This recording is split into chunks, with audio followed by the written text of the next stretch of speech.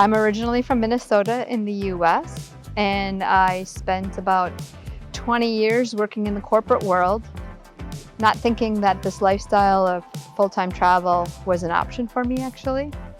And my goals as I made my way up the corporate ladder was to have a office with real walls and a window. And I achieved that in 2019 and realized it wasn't as cool as I thought it was going to be.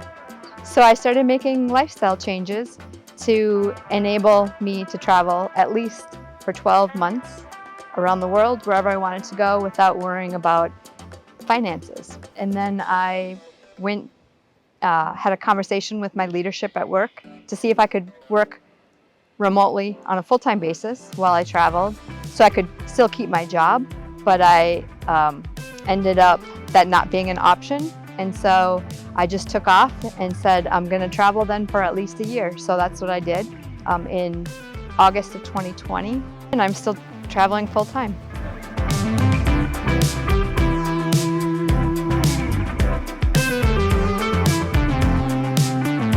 My partner and I started traveling in August of 2020, which was in the heart of the pandemic. And we were looking for places to travel that were open to US passport holders. And Croatia happened to be one of those countries. And so we thought, I had heard other friends years ago taking honeymoons and saying how amazing Croatia was. So it seemed like the perfect opportunity for us to start our new chapter of travel. And we ended up, it was a weird time, obviously. And so we ended up flying from the US to Serbia first, and then we spent a week in Serbia, and then we flew to Croatia and spent a couple months there for that first year. And we've been coming back every year since then.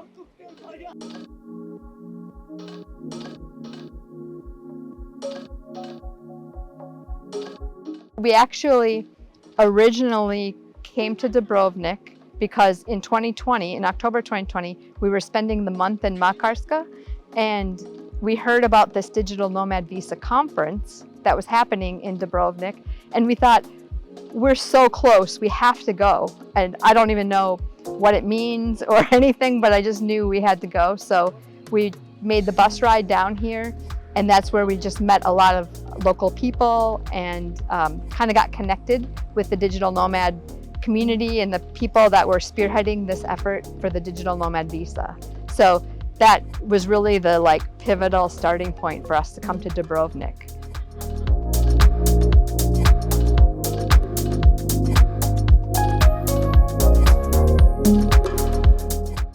It's just like an incredible city that is like no other city I've ever been to. I don't even think there's no other city in the world that could compare to Dubrovnik, and especially the old city.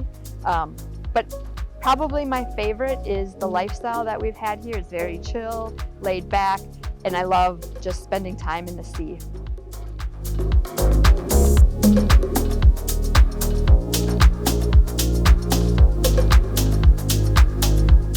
The US business doesn't really open until 3 p.m. in Dubrovnik or Croatia. So we basically have the luxury of waking up every morning without an alarm. I mean, I think that's like one of the best parts of this lifestyle here.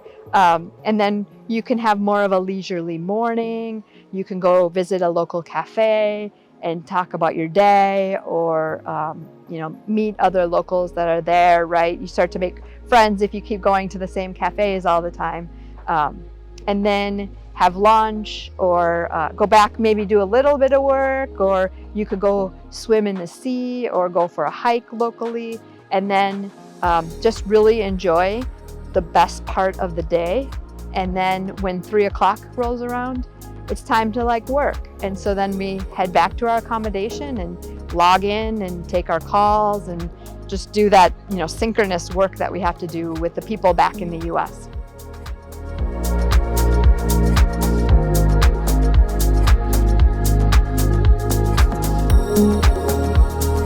I think exploring this beautiful city is so important.